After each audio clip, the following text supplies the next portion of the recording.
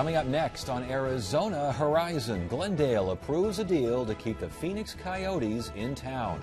We'll hear from Mesa Mayor Scott Smith about his new role as head of the U.S. Mayor's Conference, and we'll look at the results of a study on how voice-activated technology impacts driver safety. Those stories next on Arizona Horizon. Arizona Horizon is made possible by contributions from the Friends of Eight, members of your Arizona PBS station. Thank you. Good evening and welcome to Arizona Horizon. I'm Ted Simons. The Glendale City Council last night approved a new $15 million deal to keep the Phoenix Coyotes in town. Glendale City Councilman Gary Sherwood talks about what he describes as a good deal for the city. You know what? It is a good deal. We looked at the numbers without the hockey team there, and it was more expensive that. I mean, we still had the debt payment on the arena. That ranges anywhere from $10 to $12 million a year. We were breaking even on it up until we got that first $25 million bill from the NHL during the first year of the non-ownership. That's all we ever intended to do. It was supposed to be a catalyst for economic development, and so as long as we were breaking even from the sources of the development for tax revenue, we were good. It gives stability to the team. It gives stability to the Sports and Entertainment District, which is what the city voted on back in 2002 to lessen the tax burden on the citizens of Glendale. And without that tenant in the arena, I saw Westgate is almost being boarded up. The agreement has to be signed by next Monday, and then consummated 4 weeks after that with NHL. So right now, I mean, the NHL has to go through the purchase, or the Renaissance has to go through the purchase of the team, and then so it's really just buttoning up the contracts. And here now with more on last night's eventful Glendale City Council meeting is Arizona Republic reporter Paul Giblin, who has been covering this story.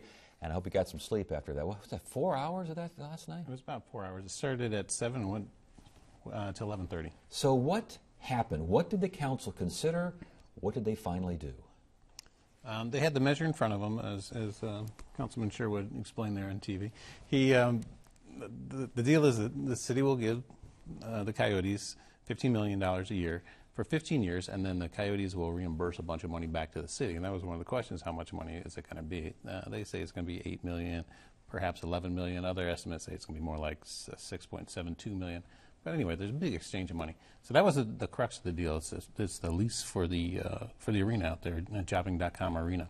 So that was the big decision. And now, is that money, we're talking firm dollars here, or just depends dollars? One of each. The city's money is firm dollars. That was key to the deal, because the team's lenders want firm money. Mm-hmm. So that's why they wanted that firm money from the city. The depends dollars, as you describe them, that depends on attendance, because there's ticket surcharges. It depends on whether they're going to pay for their parking. It depends on how much money they're going to get for the naming rights. The depends money goes back to the city. That's the squishy money that the lenders didn't want to depend on to give the massive loan to the owners of the team. Okay, what was the final vote? The final vote was 4-3. Was that expected? It was expected. That became particularly apparent last Friday during the first public hearing, and just listening to what the councilmen were saying, I was looking at about a 4-3 vote, and it came through as 4-3. It sounds like a key in all of this, or at least something that emphasized and pushed things forward, was the new owners brought in a management company that has a wealth of experience managing these kinds of facilities? That's true. They did, but that wasn't a key issue, Ted, because the assumption was, and their promises were, that they were going to bring in a lot of events. They were going to get the 41 Coyotes games every year, including preseason, presumably some postseason games as well. But they also said they were going to bring in other events. Now, that arena has done really well. It's had Bon Jovi, and it's had the Rolling Stones and Paul McCartney and Madonna, and every big actor you can think of has been there. But they wanted to bring more. And as a backdrop to all this, as an initiative by Gary Sherwood, who we just saw a minute ago, he suggested that the city put out a bid to get a manager in case the Coyotes left. Mm-hmm. So they did that. So they had two other really qualified management companies put in bids, and then Renaissance, which is the investors group for the hockey team, brought in their own promoter. Okay, but I thought it did seem like heads turned, eyebrows raised, and some folks seemed a little more comfortable once they got that particular management group in there. There might have been some of that. I didn't see it so much. All right. Another key factor was these out clauses, these 5-year out clauses on both sides. How did that work out? That's an interesting point as well. Now, the team wanted a 5-year out clause. They are borrowing essentially the full amount to buy the team, which is $170 million. In addition to that, they have $50 million worth of cash that they say they're willing to burn through to develop the market. They want to do more marketing and that sort of thing. And they're giving themselves 5 years or $50 million. And when they hit one of those and they don't like it, they can pull the plug on the deal. The city said, hey, that's a keen idea. We'd like to do the same thing if after 5 years we don't like you guys and we burn through $50 million because your reimbursements aren't anything close to what you suggested they would be. We're going to pull the plug too. No. The owner said that doesn't work because remember our lenders who want that hard money, they don't like the idea that the city can pull the plug after 5 years. So the potential owners said that won't work. And the city said, we're sorry for insisting on such a thing. We'll just forget that ever happened, and here's your money. Okay. All right. So we had arguments for signing the agreement, arguments for not signing the agreement. Public comment, and what do we hear from the public? Well, by the time the public got up to speak, the vote was already in the can. They just hadn't gone around and asked everyone, right. But the vote was in the can. So we had two sides, obviously. You had a lot of people wearing their Coyotes jerseys and talking about how great hockey is, and all of a sudden they're big consumer advocates and they're concerned about all the restaurants and bars at Westgate, and so they were talking about how the Coyotes were key to that, which is probably true. But that's all of Westgate is about 2.5% of the city's total budget. So if you look at it that way, it's not such a big deal. And then you had the anti-tax folks there, and this one guy had a sign out front. He said the Coyotes were some kind of bloodsuckers. I don't remember what the adjective was, but some sort of bloodsuckers. And they were out there, and they were noting that earlier in the year, the city told the fire chief that he can't have extra money to put extra gas in the fire trucks because he's responding to extra calls. So they said, how come you can't afford to put gas in fire trucks, but you can afford to give these guys $15 million? And other people were talking about how they're not watering the grass at parks, and the parks are all turning, yellow grass, and you're cutting back in the library hours and that sort of thing. So as far as the atmosphere, the mood there in the chambers, I mean, was it tense? Was after 4? I can't be tense for 4 hours. I mean, after a while, was it just? An interesting thing happened. The mayor at the beginning of it, he scolded everyone as a preemptive scolding, and he said there will be no cheering and there will be no booing, and I expect everyone to behave. And then he would bang his gavel if something happened out of line. So instead of clapping whenever a public speaker or when the potential owners of the team said something that they liked, they all held up their thumbs, like this, which was kind of interesting. I hadn't seen that before, and I've been covering government for a long time. So, okay. How about, you mentioned that one protest sign outside the arena. I mean, come on, we're talking hockey here. No one threw down the gloves. There was nothing. I mean, this seemed relatively sedate. I was watching on your website, by the way, the Republic's website. You kind of live coverage. The vote occurs, and I don't think half of the people there in the audience knew what happened. No, I think far less than half knew what happened because they all sat there. They had the vote. It sounded like they were going to have a vote on the amendments first. There were several amendments, and then they would have a second vote on the actual ordinance. But instead, the attorneys for the city rolled them all into one, and they had one vote, and it went very quickly. And by that time, everyone was pretty much talked out. And then they moved on to other city business, and everyone just sat there. Well, yeah, they're talking about like an assistant city manager or something. I'm looking there, I'm thinking, I realize they're not supposed to hoop and holler, but it's hockey. There should be a hoop and a holler going on here. People are looking around like, well, what happened? Right, and they were all, it was like Sunday church or something. I mean, you and I have been to enough of these meetings. You know that people wander in and out of the doors all the time. They're up and down in the aisles. But everyone sat in their seats, and then they were very courteous, and I think, as you mentioned, they just didn't know. So meanwhile, I'm tweeting. I'm like, hey, guys, this is done. It's a done deal. Yeah, and people were tweeting me back asking me, is it over? Bottom line, yes. Coyotes are here for 5 more years. 5 more years. The owners say they're going to make a good go of it, and they're going to be here forever. 5 more years. All right. Paul, great work. Good to have you here. Hey, it's always a pleasure. Thank you.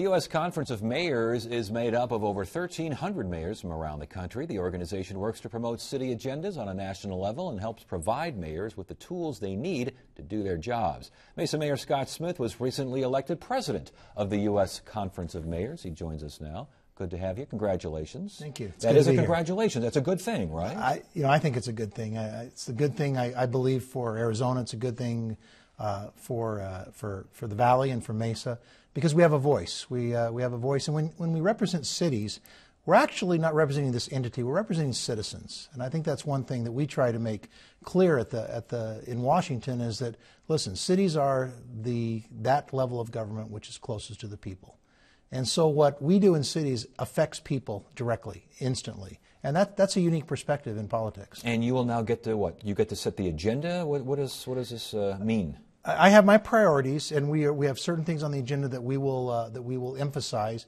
But the conference is a group of, as you said, 1,300 mayors.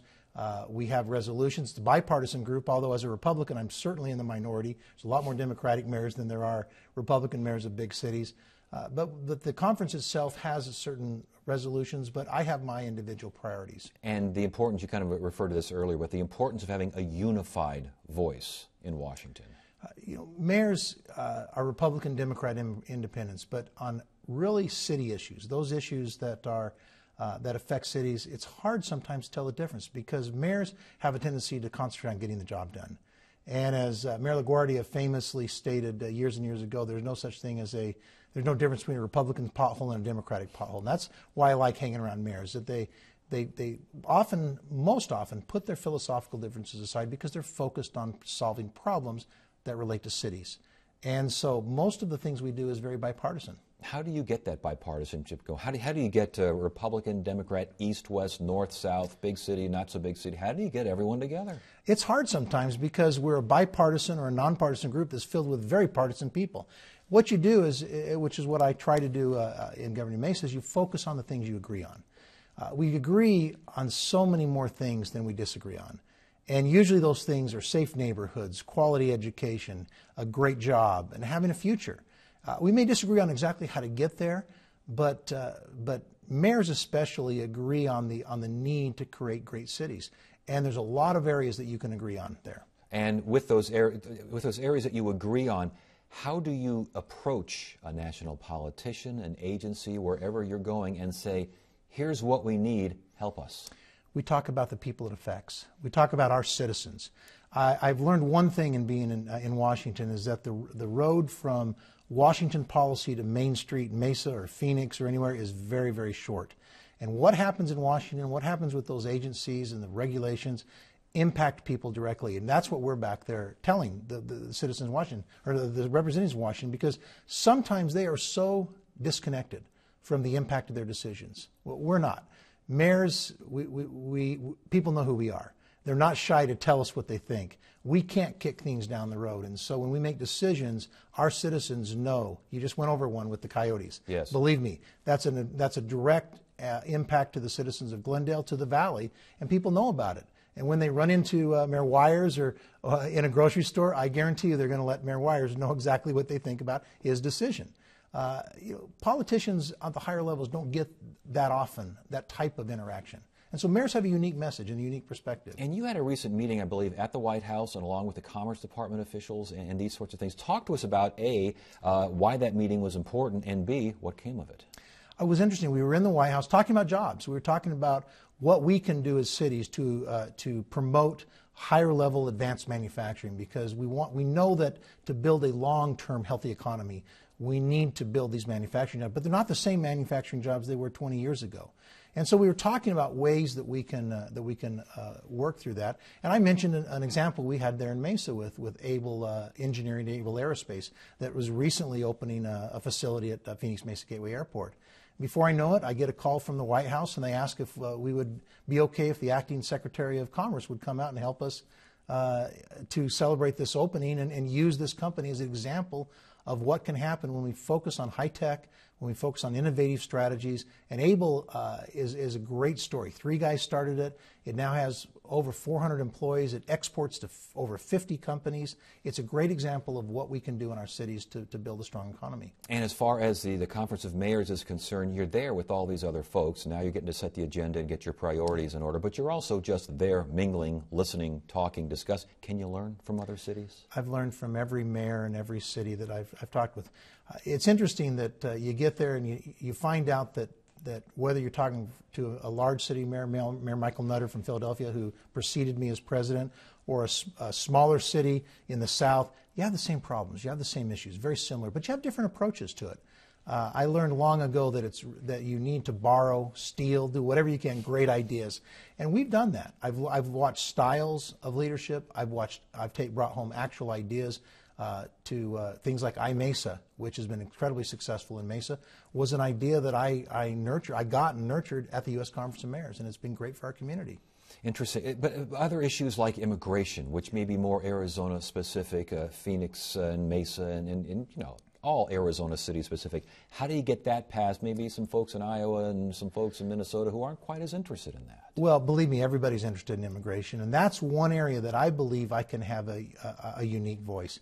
Mayor Marie Lopez Rogers of Avondale is the president of the National League of Cities. I'm president of the U.S. Conference of Mayors. One thing that I've learned that people from other areas of the country want to know about is they want to know Arizona's perspective.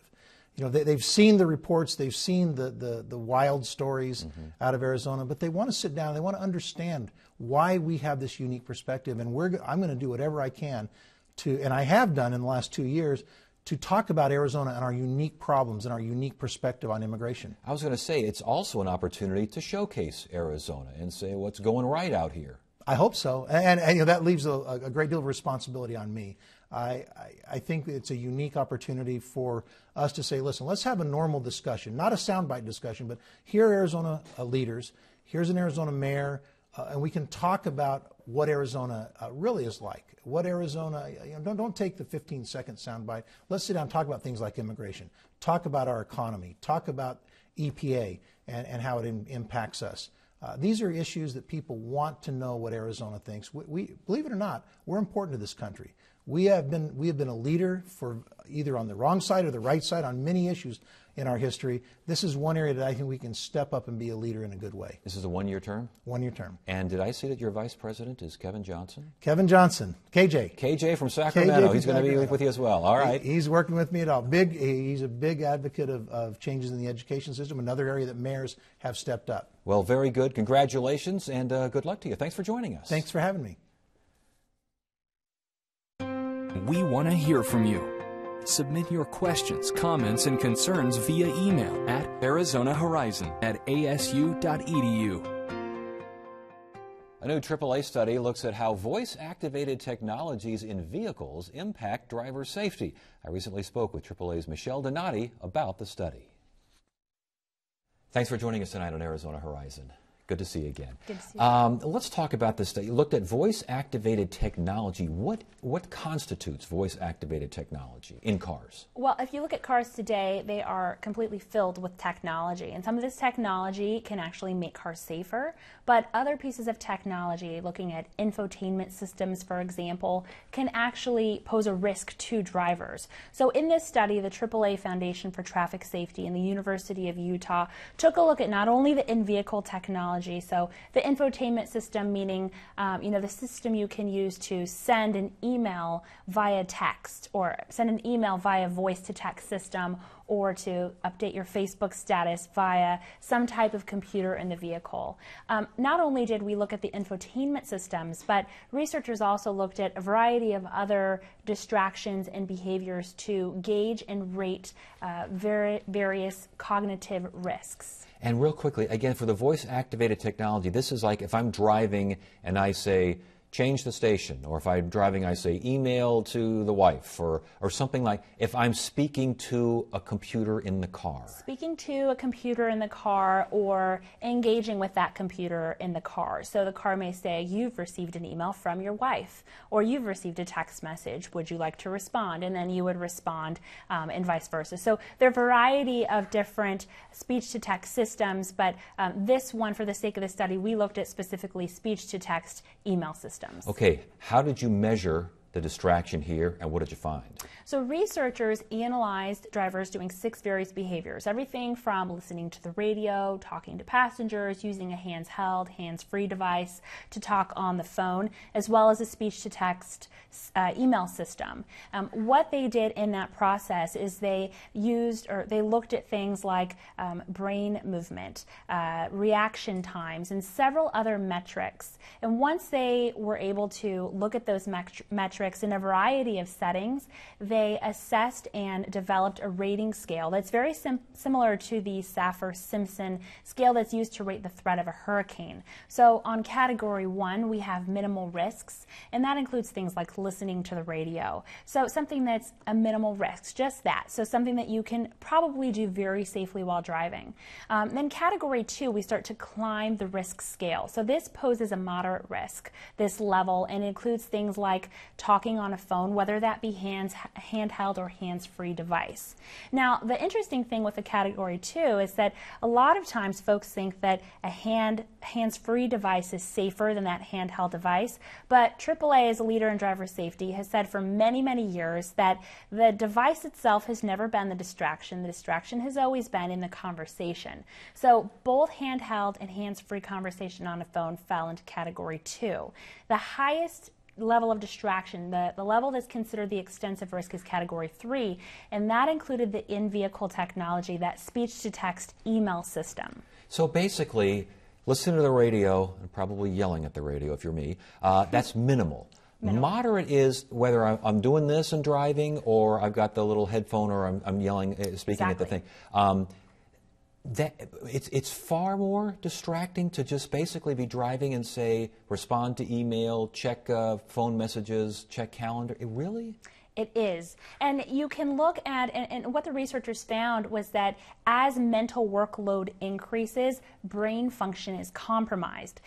In these types of distractions, the infotainment systems are essentially lulling drivers into a false sense of security because they think, my hands are on the wheel, my eyes are on the road. I can safely do this. I can safely respond to this text or this email. But that couldn't be further from the truth, because what that mental distraction is doing is creating a tunnel vision effect, where researchers noticed that when drivers were engaging in the speech-to-text behavior, they were missing visual cues. They were missing road hazards. And so sometimes that road hazard may be something as simple as missing your exit on a freeway, missing that turn, having to go out of the way, go the long way to get home. But when that hazard is a child, a pedestrian, another vehicle, there are much larger consequences attached to it. And when you say tunnel vision, you literally mean tunnel vision. If I'm doing the voice-activated technology thing, I literally am not seeing what's going on over here. Absolutely. You are concentrating on what you're doing, whether you're talking on the phone or engaging with that speech-to-text system, or you are looking at driving. As much as we like to think we can do 2 things at once and that we can multitask, your brain actually cannot do 2 things at once. So think about if you've ever been on the phone while driving and you do miss your exit. That's because your brain's going back and forth between the task of driving and talking on the phone. So as much as we like to think that, and as much as we live in a society that encourages multitasking, it's something that we should not experiment with doing, especially when driving. So what does AAA want for us to take with this information? Well, this study is really just the first piece of the first phase of a much larger study that we'll be drilling down into in the future. But for this study, there are a few takeaways. We really want to raise awareness and educate and inform a variety of audiences, consumers being one of them, just raising the awareness that mental distractions are being built into vehicles, and to avoid these while you're driving. If it's not essential to the operation of your vehicle, avoid doing it while you're driving. We also want to raise the issue with policymakers, both on the state and national level. We're actively involved at the state capitol here, AAA Arizona. We actively engage in about 100 bills every session, so we'll be monitoring that. And then with automakers, we know that automakers see this demand for technology. It's not going away, but we also know that both AAA and automakers have a shared vision of creating safer roads and safer cars for everyone. Well, this is fascinating stuff. Michelle, thank you. Thank you. And Thursday on Arizona Horizon, an Arizona Art Beat special. We'll take a look at art installations designed to enhance Sky Harbor's SkyTrain. Plus, we'll show you the ceramic works of artist Wayne Higby. That's at 5:30 and 10 on the next Arizona Horizon. That is it for now. I'm Ted Simons. Thank you so much for joining us. You have a great evening.